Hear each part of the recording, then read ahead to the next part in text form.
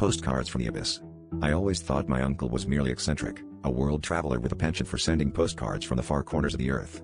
Each card arrived with a stunning image on the front, an ancient ruin, a bustling market, or a serene landscape. But it was the messages that intrigued me most.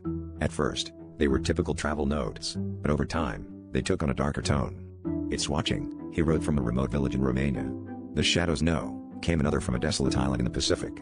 I dismissed them as cryptic musings or perhaps the result of too much local brew, but the last card I received was different. It read, "You must find it before it finds you." Curiosity piqued and a little unnerved, I began tracing my uncle's steps, piecing together the locations he'd visited. My journey led me to a dusty, forgotten library in Prague where I unearthed a peculiar journal hidden among the stacks. The pages were filled with my uncle's frantic scrawlings, detailing encounters with a malevolent entity that haunted his travels. Each entry grew more desperate, describing how it would appear in reflections, watching him with hollow eyes. The journal suggested that the only way to rid oneself of this presence was to uncover its origin, buried deep within the ruins of an ancient civilization. Determined to put my uncle's ghost to rest, I ventured to the ruins depicted on the last postcard. The air was thick with an unsettling quiet as I explored the crumbling stones, deciphering faded glyphs that spoke of a cursed relic, a mirror said to trap the souls of those who gazed into it. The realization hit me like a cold wave. My uncle had been warning me all along.